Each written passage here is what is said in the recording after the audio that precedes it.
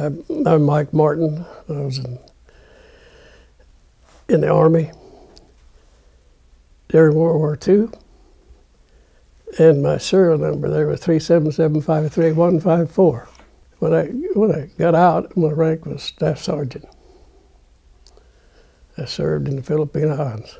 I was in the 158th Regimental Combat Team. I was a scout in the infantry. I carried a Thompson submachine gun. I used it every day for probably 70 days in a row.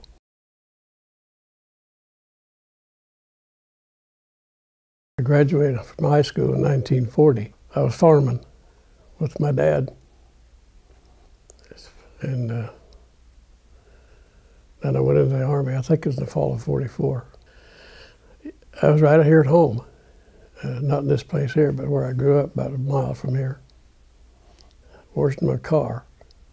And the news came on the radio that we'd been attacked. And, well, I didn't know what to think. Everybody was really surprised. I had no idea that anything like that was going to happen, because the Hawaiian Islands was a long ways from Japan, you know, or anything else. But they came in there and really blew that place apart in just a few hours. Well, it didn't take long to catch on that we were going to. After that, then Roosevelt was president at the time, you know, Franklin D.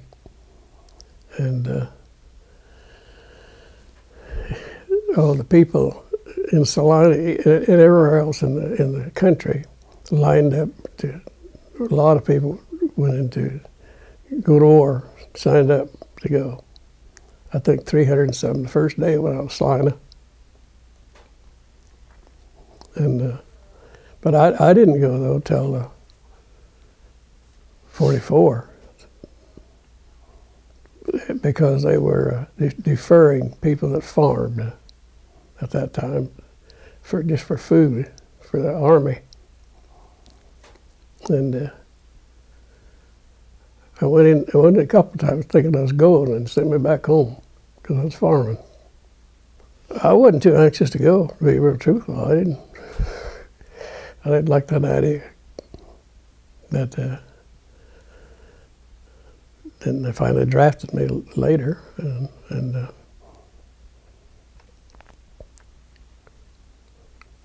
there were quite a few boys around here that got deferred, but eventually they all went. I thought they'd take me any time, and I was ready to go anytime they called, but me and several other boys around here stayed out for a while. But they didn't take us the same time either. I went alone myself. Yeah, I had brothers and sisters. Yeah, they were all younger than I was. They were too young. My brothers, they were 10 years younger than I was, I guess, something like that. And they didn't take them. But one of them did go later, though, when he got older. The war was over when he went in. And he went overseas also. But the war was all over when they went. We used to do quite a little bit of traveling. My grandparents, one set of grandparents lived in California. I was out there 3 or 4 times prior to going to war. Well, I drove one time, went by bus one time, and by train one time. I was out at Leavenworth. And when I went into service, and I went from there to camp in Texas for training. I think we trained for about, I think 13 weeks, maybe 10 or 12, 13 in there someplace. I had no idea, no. I knew I was going to be in the infantry, though. I took the exam to be a sailor. That's what I thought I wanted to be. I was colorblind. It wouldn't take me. I passed everything else but that. Well, you gotta know You know, when that cable goes from the deck to the top, you put all the little flags on it. Each one of those flags means something, and they're different color. And they all look the same to me. I kind of liked everything they did in basic training. They were real strict, for one thing. I kind of liked that. I like for the people that I'm talking to are strict too. So from Camp Hood, I came home for, I think, 7 days vacation. And then I went to California. It was San Francisco. Get on a ship to go overseas. Had no idea where I was going or anything. We got on a boat that had 5,000 GIs on it besides the crew. We were sleeping in a room that was about, I suppose there was 50 people in the same room, and stacked about 6 high. And I was on the bottom. So it was a good deal. I had that. I really enjoyed that part of it. Yeah, I didn't have to climb up there, you know. The only ladder you had was somebody else's bunk.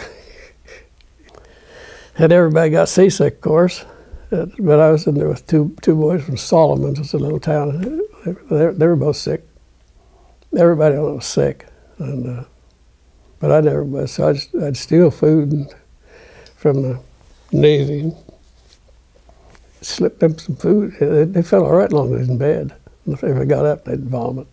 I was going in myself. I was sneaking in twice. We used to go to, I'm a Catholic. I used to have mass, saying mass on the deck on the right-hand side. And there was a door there right by that,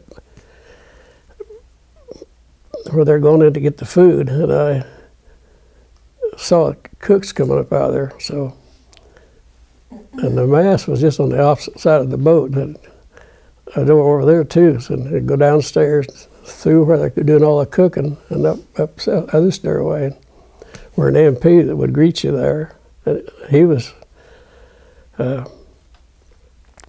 had to have a ticket to get in, and I only had a ticket for 1 meal. I always got 3 every day, but I would go up there and tell that KP, tell it. Boy, they had a billy club there that straightened you out if you got out of line. And I tell you, KP is all I'd say to him. And he thought I was on KP downstairs. I think they had real eggs. Well, yeah, I think so. They had frying pans that were about 3 feet square. One fellow, he could break them 2 at a time, just as fast as he could. And boy, he could keep up. I tell you, what a fellow to do that. Ice cream, though, they had was, I never had any ice cream all the time in the service, except once on the Navy, and they always had the dishes so sterile. They were so hot you couldn't touch one of them. They put the ice cream in one of them bowls, and it just turned to skim milk. Looked lucky there. That was the ice cream we had.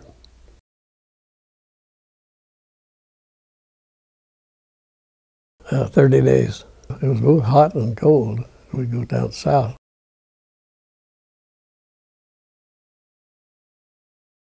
But I knew, in talking to sailors, I always knew where we were, what degree on the globe we were. And so I got a little record of where I crossed it, going both directions, so that my folks at home would know where we were, you know. Oh, they had people shipping paint all day long, but they never did catch me to do any work. I really enjoyed it all, but these ships had been ocean liners. See, I can't think of the name of the ship. I knew it yesterday, but it held 5,000 people on there, plus a USO show and a few other things like that. On the trip, we were, see this, I guess that was a little later. That was when we going to Japan, I guess it was. The boat, don't make any difference which trip it was, but the boats we got into a typhoon, and we were going to go to. This was after the war was over, though. We were going to go to Japan. We were all sacked up to. We were going to attack Japan, and the boat. The sailors claimed that the waves were 100 feet high, and we were going north. And there was a big armada of ships going at the same time. Some of them little ships, you'd look through a little hole in the thing, but they were completely under water. Pretty soon they'd come back up out of there, and the water would be several feet deep on the deck. They just pour off of there. Those guys had a real rough ride. We lost 2 or 3 boats in that storm, but we were turning around going back south for 2 or 3 days to get out of it. And the boat would roll around so much that they had bathrooms, you might call them. They were probably about 50 feet square, probably 40 feet square, with all the toiletry in there and stuff, and these boats would tip up sideways, back and forth, and all that. Whatever was in the trough came out on the floor. And the boys had no place else to go but there, you know. They go to the bathroom, and the floors, what was on the floor in there would wash from one side to the other, be about 2 or 3 inches deep. And then they'd have the shoes on, of course, everybody did. I was one of them. And when you walk out there to go somewhere else, there was aisles to walk down through there, you know. They were all slick, and they couldn't stand up. So he'd have to hang on to something like it'd fall down. It was quite a mess, I'll tell you for sure. But everybody was seasick, and they're all vomiting everywhere too. There's vomit just everywhere. And but I never did get sick. I never didn't bother me a bit. So, well, I tell you, 90% of the sailors were sick too. Some of them were. I went down as far as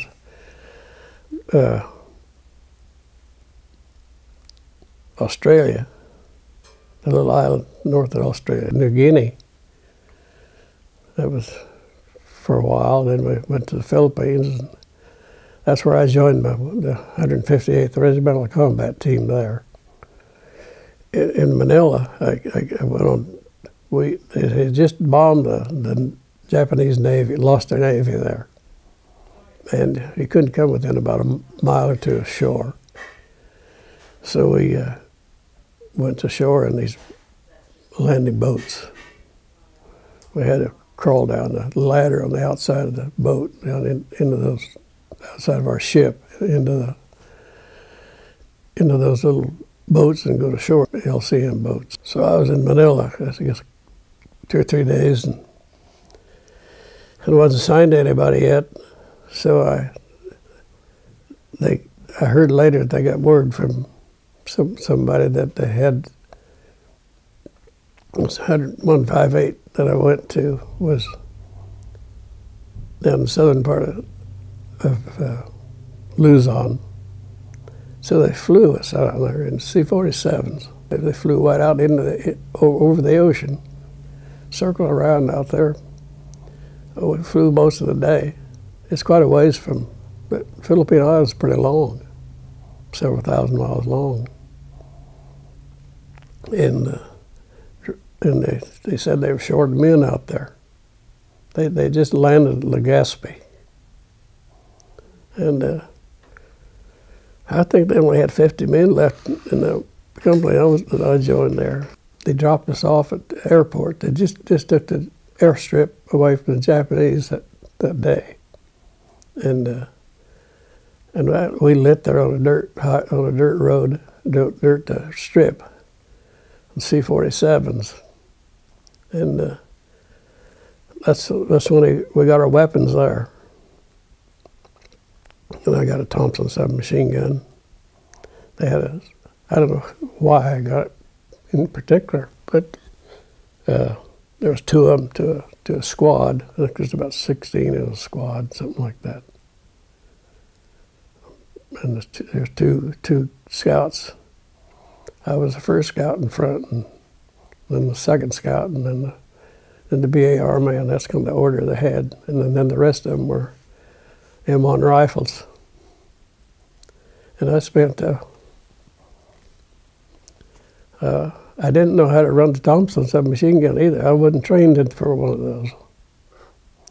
And I asked the sergeant there that he called my name off. He said, "This gun's for you." And I said, "Well, what is it?"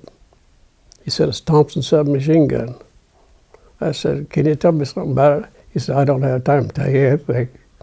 He said, "You'll learn how to run that thing tonight." A good gun, man. They're a vicious gun, I'll tell you for sure.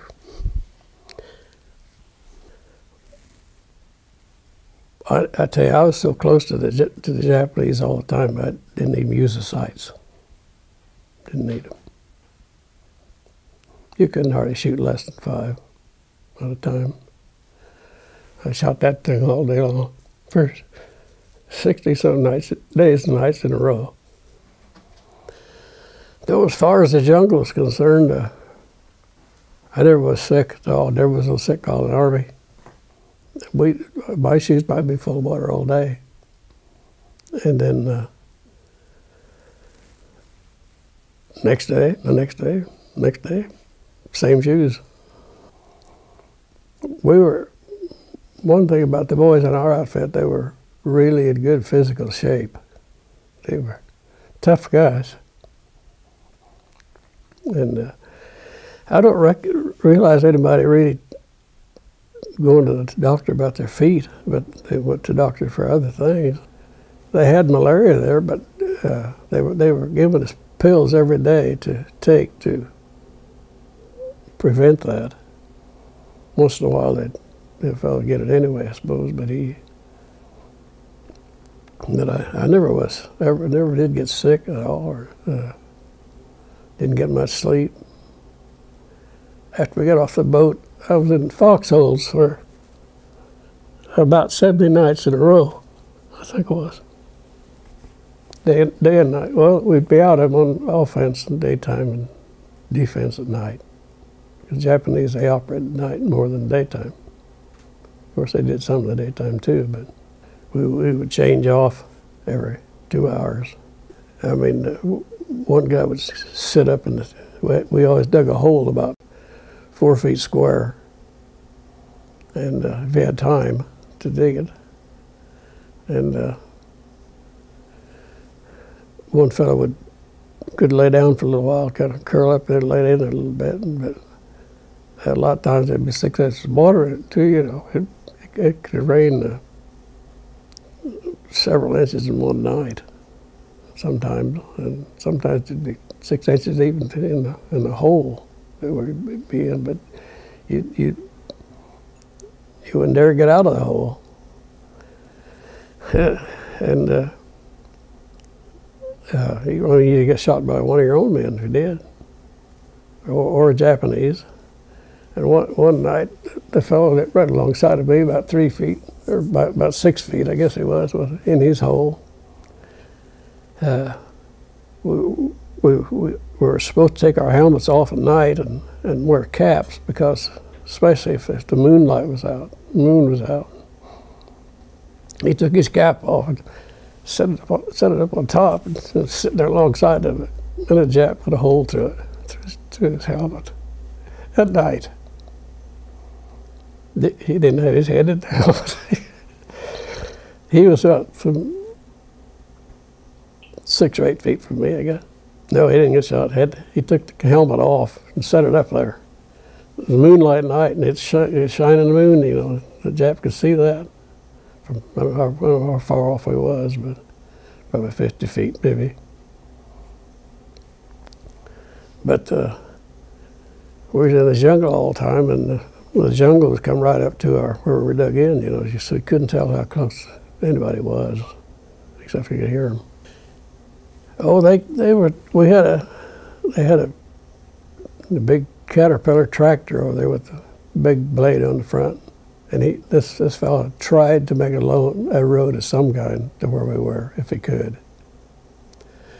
And we might be on sea rations and so forth until every once in a while, though, they get through sometimes and give you a feed, but not very often. But yeah, I had plenty of ammunition. Seemed like they had people bringing it to you all the time. You'd have to step back from the front line for about 10 minutes and reload. And yeah, no shortage of ammunition where I was. We weren't allowed to drink any water in any stream. There are lots of streams over there. There's probably pure water too, but they thought we couldn't drink out of the streams because they thought they might be contaminated. We had our own water. We carried two canteens on our belts that held about I suppose they held a quart apiece. And we had pills to put it in the water. So it took 30 minutes for it to purify the water, if it wasn't pure. So we'd drinking out of one while the other was. We'd alternate, so you could always get a drink of water. I don't think we ever did run out of water for very long. Well, yeah, one time, a little story a little later on, we did run out of water for quite a while one day. We walked about 15 miles one day across the farmland and stuff and run out of water. Boy, I was really thirsty that time. Everywhere we went, we killed the Japanese where we were, all of them.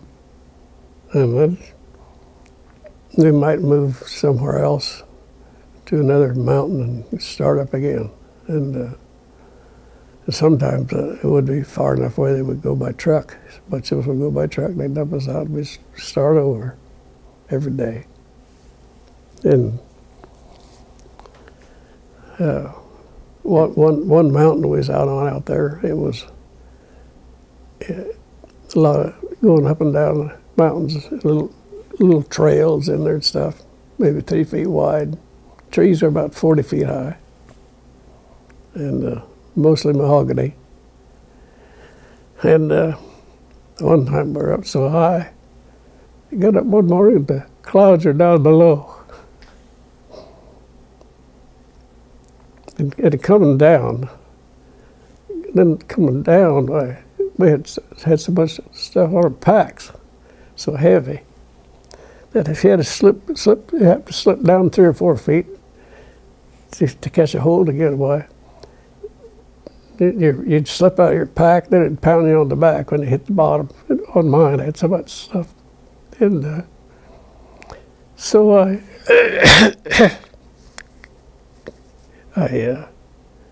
took I had my pack and I took my undershirt off. I had an undershirt on, I guess. And I wrapped the buckles on my snap was boring holes in my back. So I wrapped them on my pack over the buckles for padding. And it's hanging out there in the shop. I'll show them to you before you go home. My pad's out there, and so are the bandage I put on there to keep from digging a hole in my back.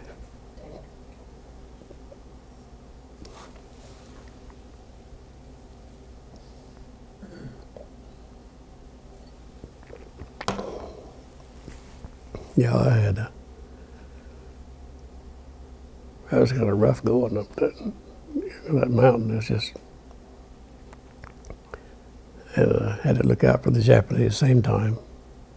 In those days, they didn't have much way of talking to each other if they got very far apart. So they had one fellow, his job was to carry a spool of telephone wire, and as we went, he'd uncoil it, and it'd be in a trail going back, and then sometimes the Japanese slip in behind and cut it off. and then they might pull the end of it out into the brush wall. And if anybody went down to patch that line, why, they'd get ambushed, so they'd be careful. They'd pull it back and wait for somebody to come pick it up. That was the only there was no talking other than that one little phone that the captain would have, maybe if you want to talk back to where our headquarters were. Of course, the headquarters moved every day too, you know. And one time over there, they had a little radio. It was, I think, about 3 feet square, looked like a box of some sort, about 8 inches thick, and there was a radio in there, the contact. And I don't know what that thing weighed. It had fixed with a harness for one man to wear it. So I don't know why they picked me out, but they all knew to carry that thing. So I carried that thing for a day or two so they could talk on it.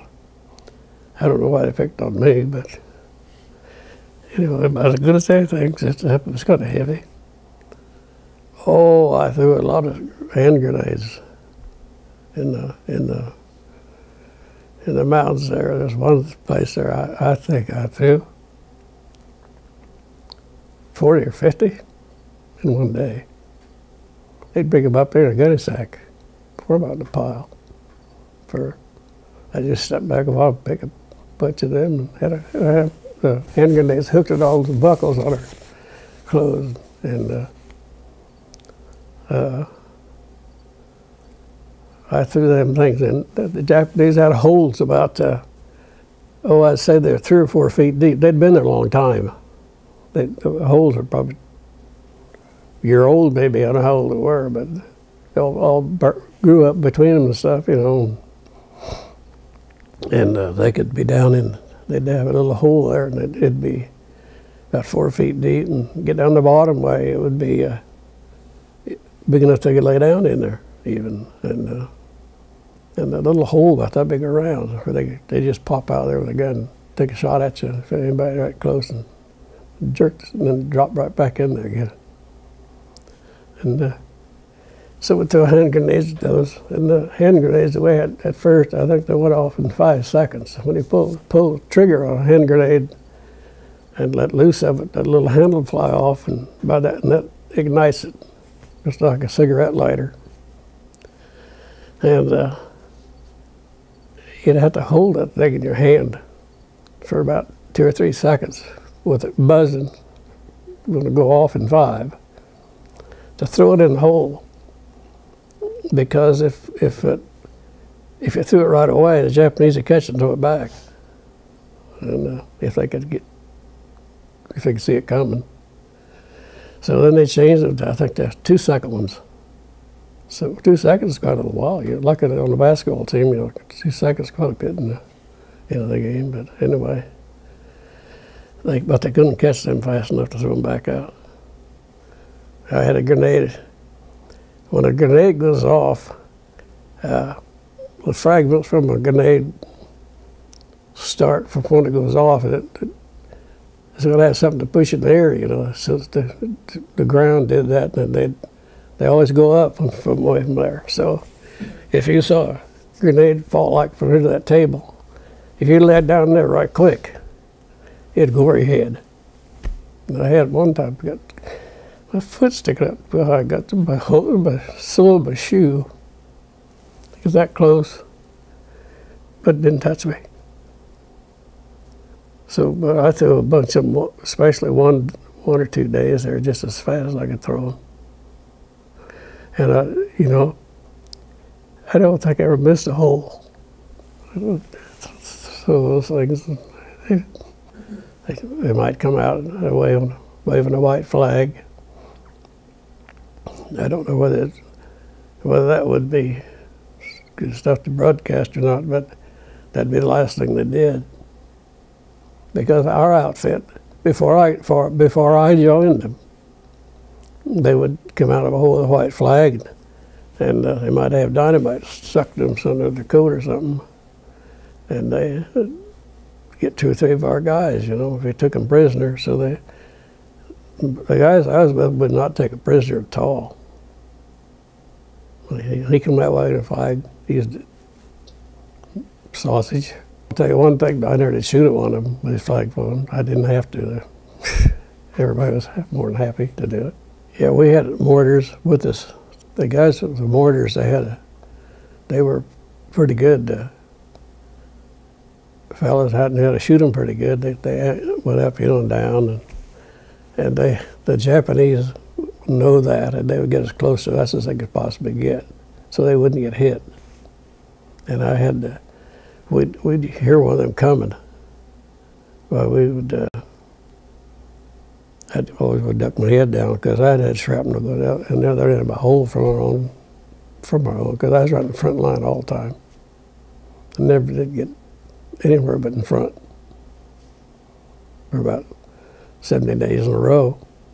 We were one time, there was a kind of a real steep hill. It was a mountain, really, what it was. I guess part of it, the mountain was a tremendous big place, but the Japanese had holes, tunnels dug in up there. They might go in and horseshoe shape and come out somewhere else, and the one side would come out might be a lot of brush and stuff in it, and you couldn't already see it. But and it was up probably about 100 feet above where the rest of the guys were. And me and another fella both had machine guns, and we had phosphate hand grenades. And they'd burn through anything. You stood on a tin roof, it'd burn a hole in it. Anyway, we crawled up there probably about 100 feet through I think it was volcanic ash. We were pretty close to the volcano there that was live. Mount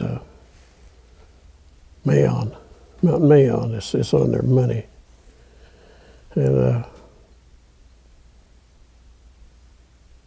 we'd throw a hand grenade in there and send about a round of 45s in so they couldn't come out. There were about 100 guys down below with their guns all pointed to them things too, in case they saw one come out to keep from getting us. But we had to climb up there. There was about 8 or 10 of them along in a row like that. And we went up there and threw stuff at every one of them. Just fired our guns in there and stuff, and you'd hear them holler in there. There was guys in there. And then when they finally camped, we went down a little bit farther and got up higher on that hill.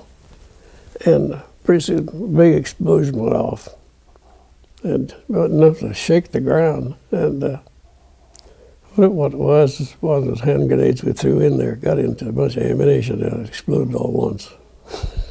I was kind of lucky to be gone from there, what it were.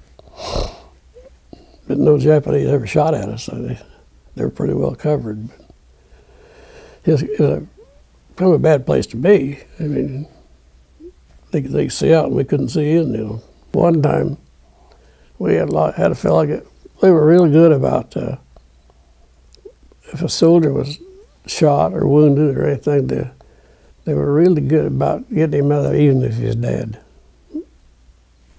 Come evening, they didn't like to leave it. When we backed up, they didn't want to leave anybody out there even if he was dead. This one fella was out there about 100 yards from where we were dug in. We backed up about far and dug in. This one of our guys he'd been shot, I guess, a couple of days before, and a lot of blue flies flying on him, and our guys were afraid to pick him up because at night the Japanese would put a trap on all of those guys that would go off if we moved him. So I had to crawl out there. They wanted me to crawl out into Japanese territory. If there was Japs out there, nobody knew if there was or not, but I had to crawl out there. The grass was about that high. Crawl my belly out there, and I was supposed to go on beyond him about 50 feet or so, dragging my gun along too in case Japanese were out there, and the fly. I went to crawl right by this fellow that's dead. The flies were just covered with them, big flies like they have here, you know.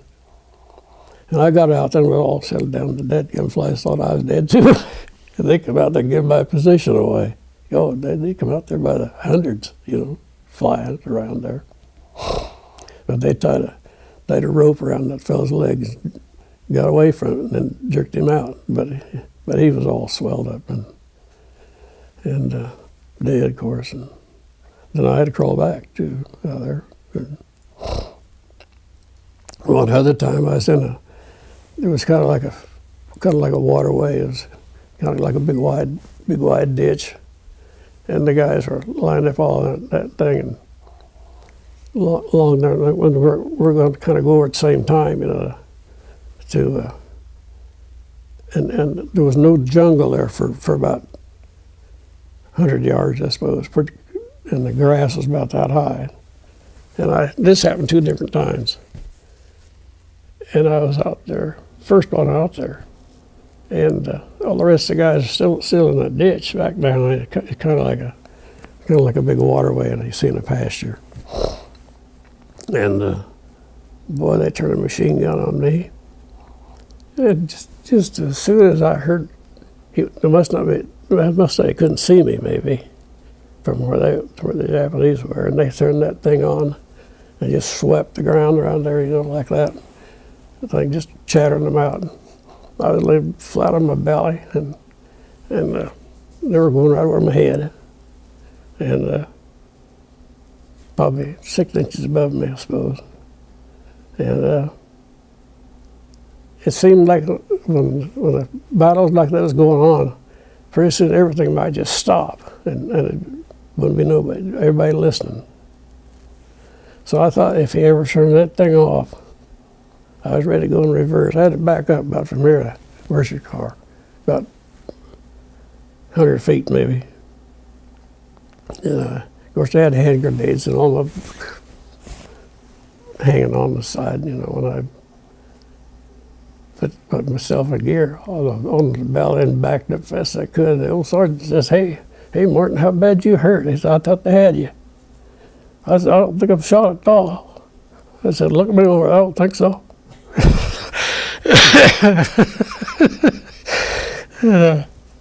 But I lost all my hand grenades. They were out there, and that happened twice. Same thing again, and they missed me again. From the time I joined my Army outfit, my people here at home didn't know where I was. As a matter of fact, even in the boat going overseas, they didn't know where they went to, Japan or New York, until they dropped the bomb.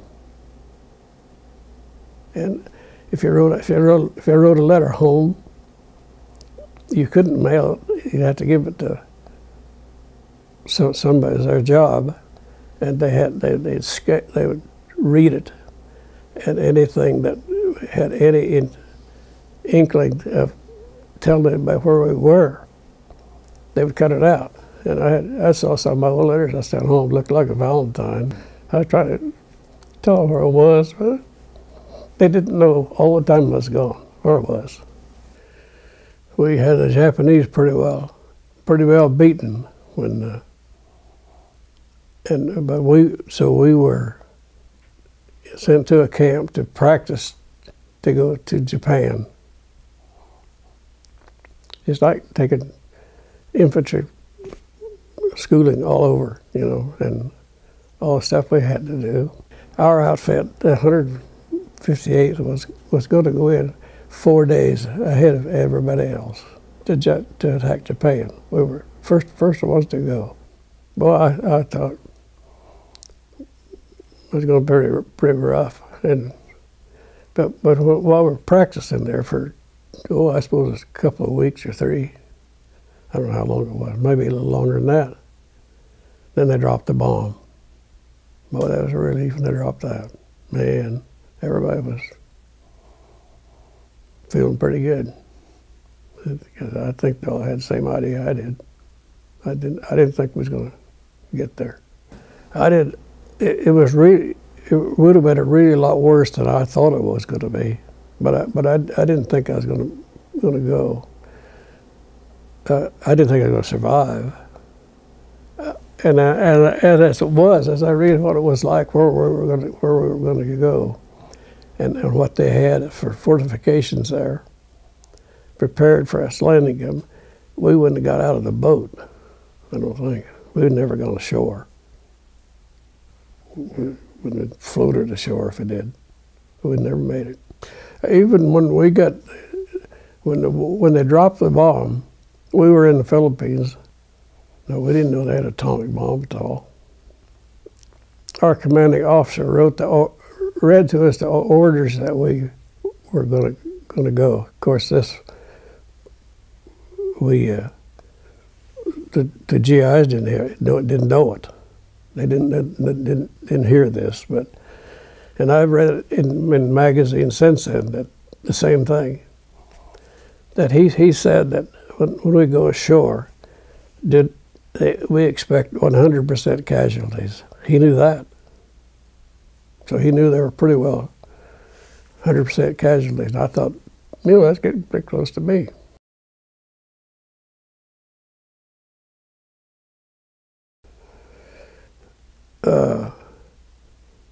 I think we heard that all at the same time, I think, where I was, I think. We didn't get any mail, no news. We didn't get any news or mail or anything like that. They didn't tell us too much. When the war was over, then we were loading our boats and stuff, our train cars anyway, to ship them to the ocean to go to Japan, and they dropped the bomb. Well, we went ahead and went to Japan, and I lived in Yokohama, Japan. However, it was quite a little while after they dropped the bomb before we got there. We weren't the first ones there, but pretty close to it, because we was in the typhoon out there for a while, and we would go north for 2-3 days, then go south 3 or 4 days, try to get out of it. I guess their communications or weather map wasn't too good.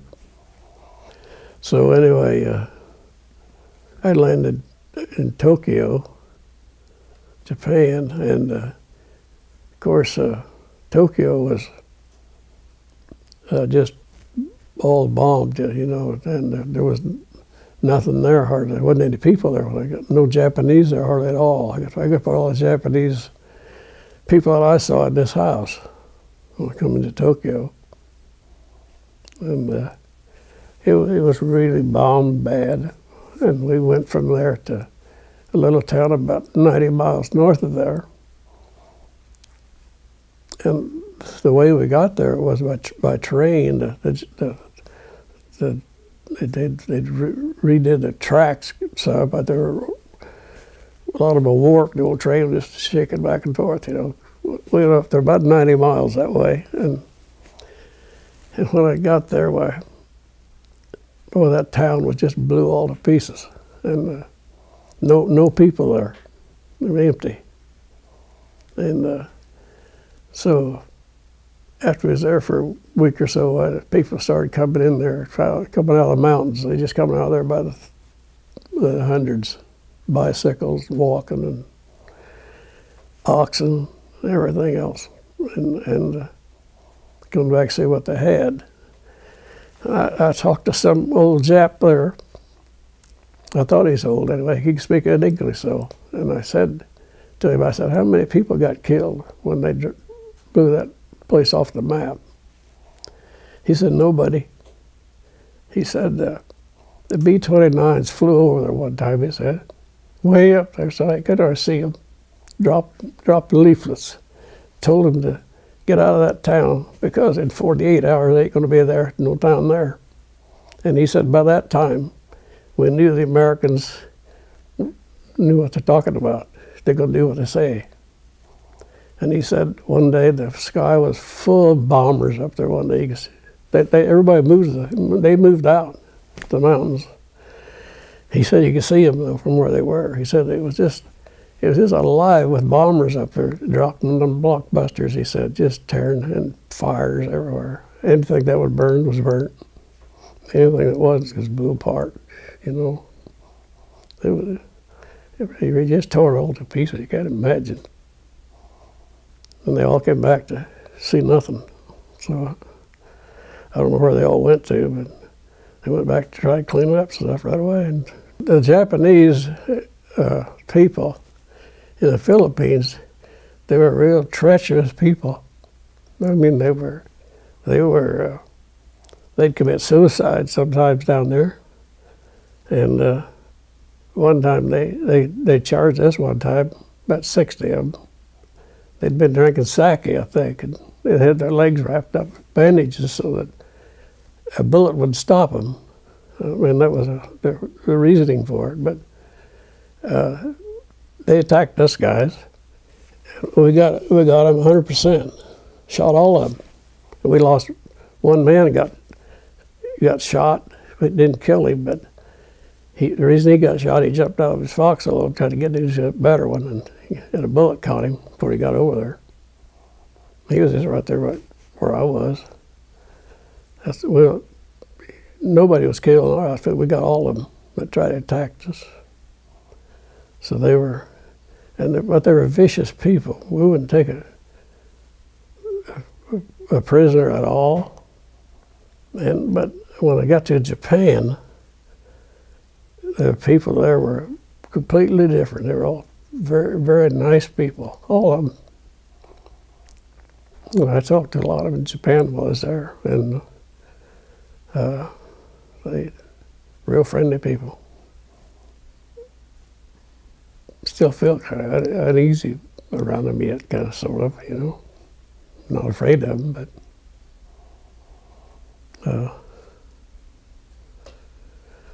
they were really, really good people. The ones there was their gardens and so forth. There was we were forbidden to, in the Army, forbid us from eating anything there that they raised, because a lot of the gardens were fertilized with human fertilizer. They have horse-drawn carts with big containers on them, and they have all the sewage in them, you know, and they'd put that on the gardens and stuff. And of course, they were all immune to eating all that kind of food, you know, I guess, and didn't bother them, but it sure would us, I suppose. I never did eat anything over there. I was a scout in the Philippines, so I was there, and out in front, and getting shot at a lot of times. And I thought, well, boy, if I go to Japan, I know when I jumped out of that boat to go in there, well, wasn't much of a chance. So I thought, well, I'd get in something else if I could. So I'd been working in the supply room for our outfit for quite a little while. Well, all the time we was taking training to go. I got switched to supply sergeant. So I had charge of all the supplies of our company, including beer, yeah, going to Japan. I had it made. I mean, that was good nice. I thought it'd be a lot better to be there. I don't think I'd have made it anyway, even no matter where I come from. So when I went to Japan, I was in charge of all our equipment, with guns and jeeps and shorts and underwear, all that stuff. And our outfit, 158, that was the end of their job. They shut down altogether, and all the people had enough points to go home. I guess they went home. I didn't have quite enough points to go home, as a lot of other guys didn't either. They sent us all over Japan and they sent me down to the amphibious engineers. And I came into the engineers down there as a sergeant, and there was so many other guys that sent there too, that none of them that I do. They'd had places for them, but the places for the sergeants was full. So the captain told me that I didn't need to, I had nothing to do, no room for a sergeant at all. He's a real nice fellow, this fellow was. He said, just find you a good tent there, get in it. So I went and got in the tent. And they were running these amphibious boats, LCMs they call them. That's the kind that fold down in front when I go make a landing. And it was a boat and shore company that I was in. And we would take them boats and go out into the harbor there. Might go out there a mile or two and get loads of supplies from there and bring them in to the mainland. So I have to get a crew together. The captain called me to get a crew together, and they had the fellow that run the boat, you know, and we'd go out and get a load. I just went along. I worked with the rest of them, and we'd load 100-pound bags of sugar, all kinds of stuff like that, you know. And I learned how to run that boat, and I knew the captain pretty well, but he didn't know what I was doing. But they had me in a tent there with all the rest of the guys, about 20 feet from the seawall, and the water come in there when the wind's blowing, and I was so close to the water they'd be raining on my tent even, and I kind of enjoyed it there. So I was really out of the Army for a little while there,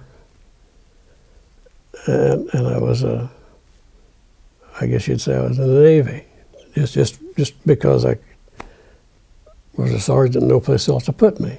They were full of everything. So anyway, I learned how to run that boat just by watching. It had to be a big Marine diesel in the thing, and I had about two big engines in there down the bottom, and each engine run a propeller on the back, and that thing it'd go about 25, 30 miles an hour, and you could steer the thing just like an old Caterpillar tractor. You know, so you could turn that thing square right out on itself. I learned how to do all that stuff. Yeah, you could put one in reverse and one going forward, and that thing spin right around on itself. But I remember a few times I was in Yokohama, and you want to go to Tokyo, which is 25 or 30 miles apart, I suppose. I would just go down there, and I would go up to the captain's office. I got to know him pretty well because he called me if there was anything to do, any jobs to do, because I was without a job. So I'd have to get a crew of men, and we'd get on the boat and go out pretty every day. And so in between times, I don't know, 2 or 3 occasions, I would just go up to the captain and tell him, "Captain, I'm going to go to town today." I say, "Could you run this place if I was gone all day?" Joking to him. He said, "I think I could run her all right," he said. I said, "Well, I'll see you tomorrow," I tell him. So I would go down and crank one of them boats up that was tied up down there right by my tent. Away I go. Nobody knew I took a boat. And by myself, yeah. And I would, I remember one occasion, they had a canal there that you go into where the fuel was. And I knew where that was. And I was wondering how I'd get that full of fuel. Maybe it shouldn't be on the air. And they'd put it, I don't know what the thing held, 1,000 gallons maybe, I don't know what it was. I just tell him, fill this thing up. I'd tell him real quick. Because I knew he had a little bit of paperwork to do. So he'd pull her up, and I'd just salute him, and it'd be some private that filled it. And I'd crack that thing out and go back out to sea. I wheel up there, and park up there where all the big boats are tied up. I'd just tie mine up too and go uptown, put a lock on it, come back and get on it and go home. In town, it was kind of nice that every branch of the service had mess halls there. And the Americans had a uniform on. Of course, had to wear uniforms, you know, and you could eat wherever you wanted to. So I would go up there to get lunch and walk up and down the street. See, I think people are all coming back into town. You know, had little shops and stuff already getting put together. They had someday they had the places to go to the bathroom, build up some of the buildings that survived, you know, or else maybe they built them, but they'd have a men's bathroom, ladies' bathroom, and there was regular bathrooms. They all used them. One bathroom I went in up there, they didn't have equipment like they have here. They just have a little thing that straddle in the floor, you know, like little troughs. It's just, well, you go into this one where there's men and women both in there. And they had separate ones besides, but and sometimes they'd have one right on the street there, you know, right on the sidewalk where you go in to use the bathroom. You might that might be the women's. You have to walk through it to get to the men's at the back. It was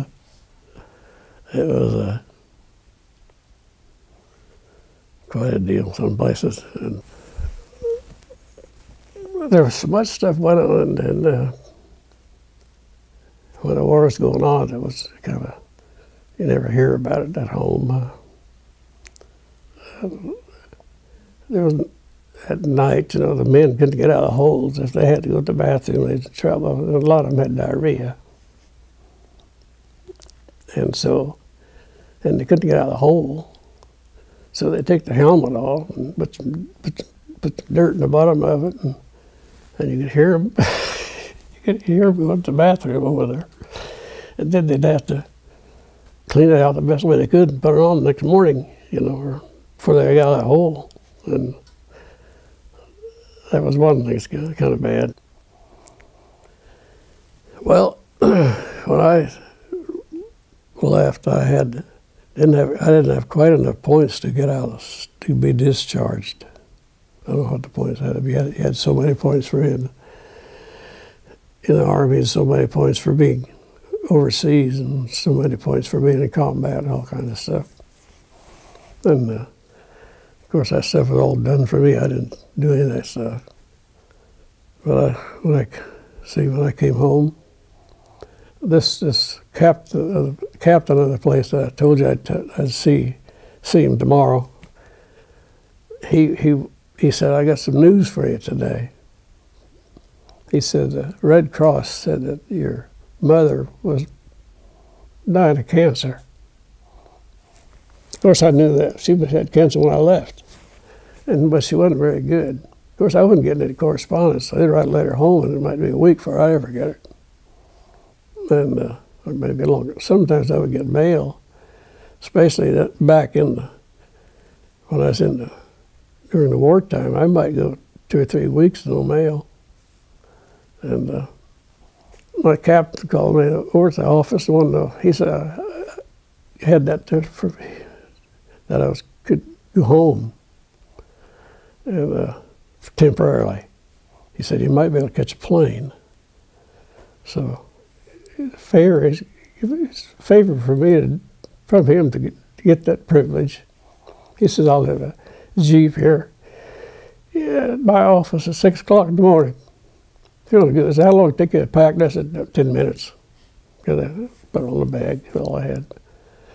So I was left there in the next morning, about 6 o'clock, and there was a Jeep sitting there, a driver, engine running.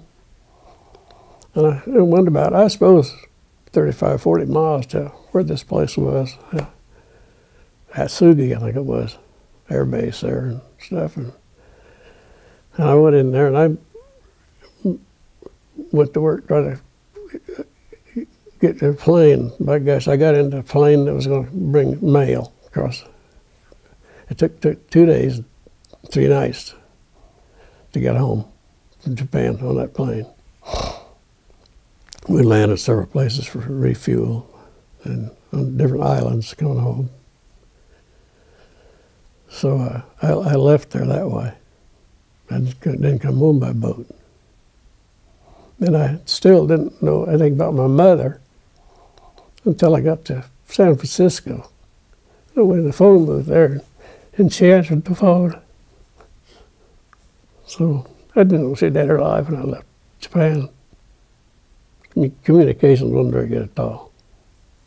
My folks did not know where I was from the time I joined the 158 until the war was over. They didn't know where we were. I don't know why they didn't tell them about where we were, but well, I went to Twin Falls, Idaho for a while in the Army then, though, back in the Army again. I was in Twin Falls, Idaho for 2 or 3 months, I suppose.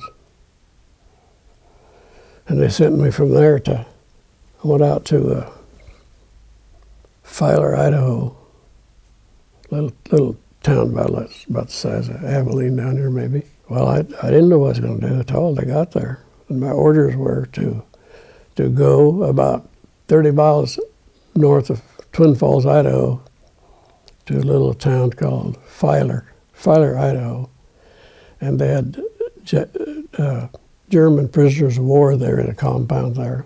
There was 800 of them up there. And I went up there, and they furnished me a car, or took me up there.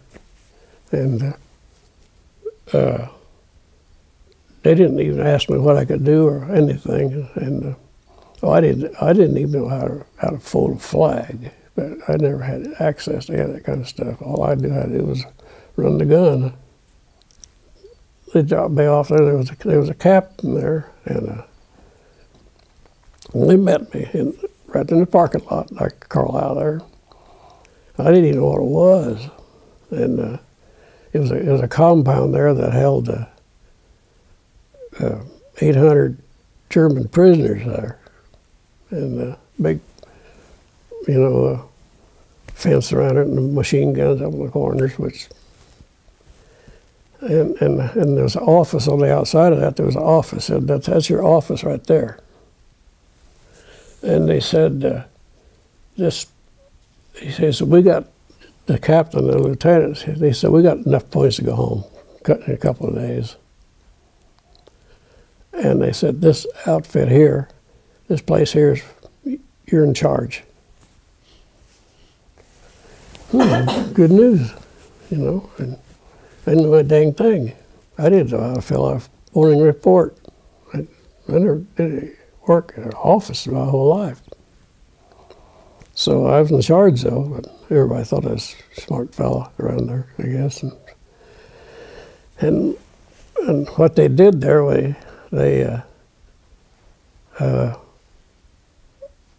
farmers would come in there and pick up with their big grain trucks about 4 o'clock in the morning, every morning, and pick up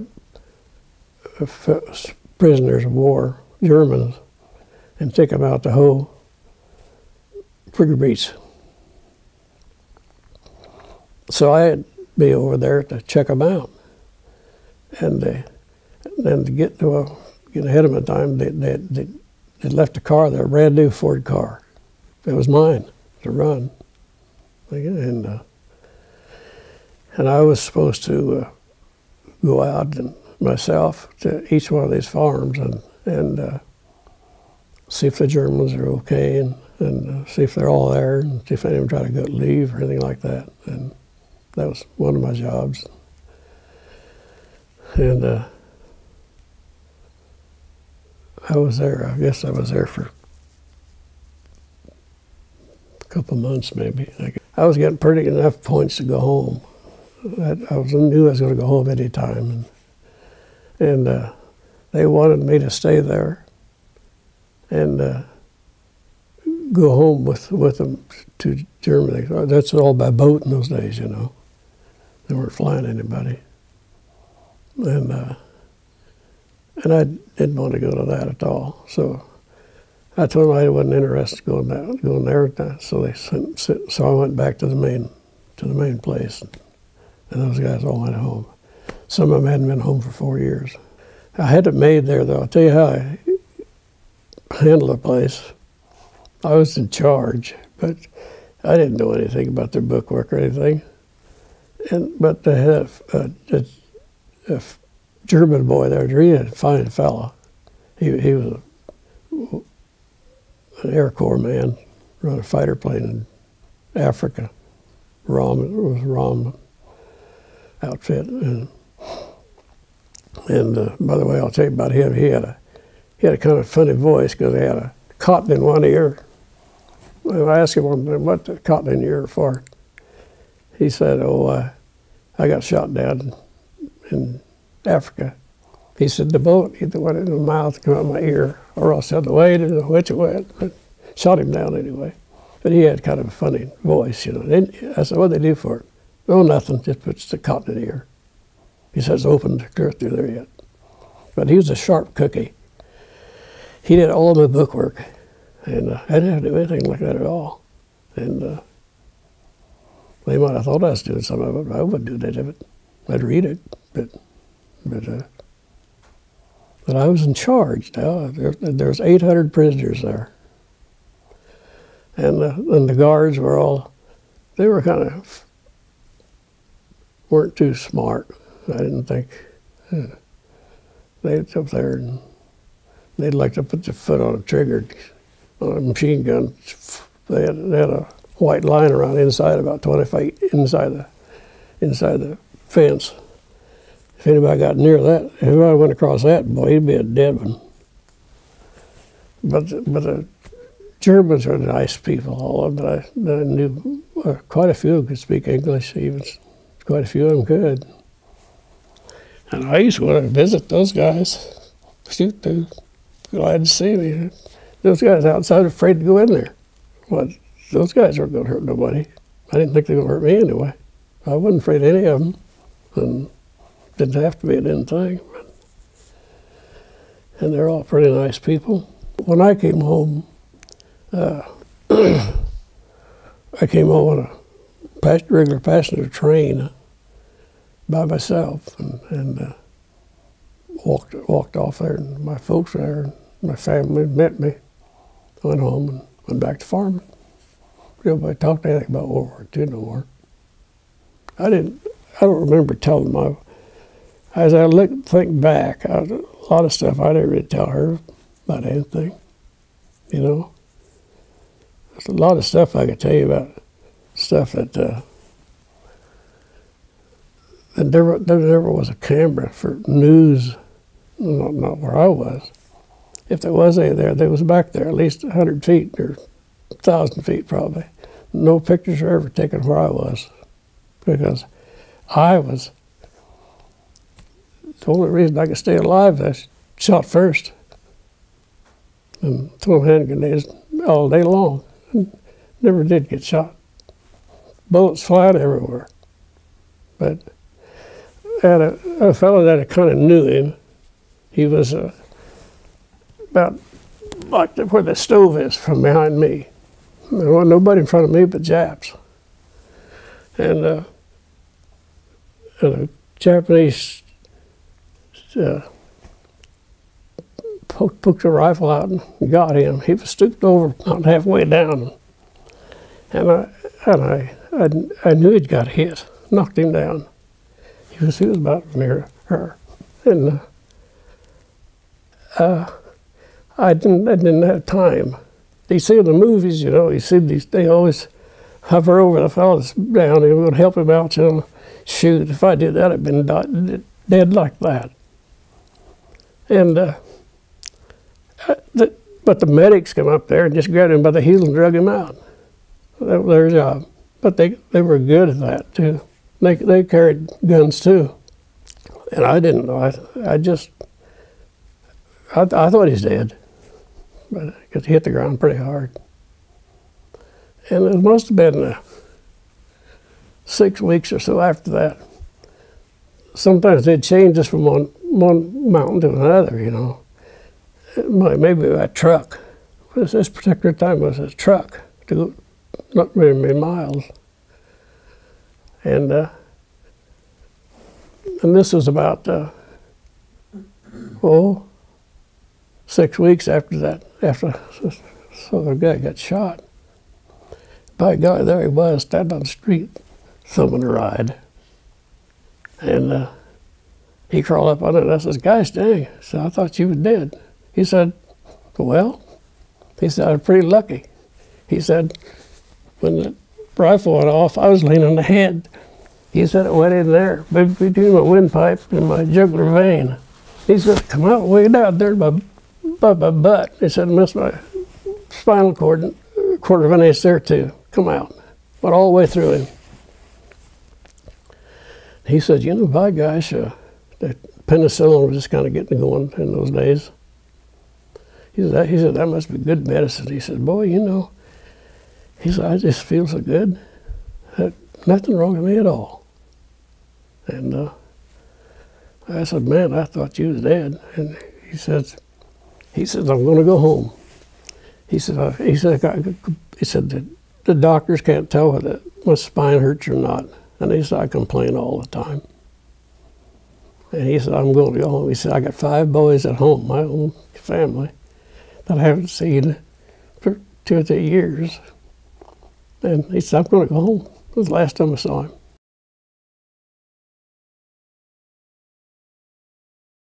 There wasn't very many men there. The barbers were all run by women, and little stores run by women. When they women, any short of men. I got a haircut with a girl there one day, and she said her husband, she hadn't heard from him for a couple of years, but she said the war is over, and I expect him to come home pretty soon, probably. Shoot, I could have told him he wasn't coming home. But from where I was, he didn't come home.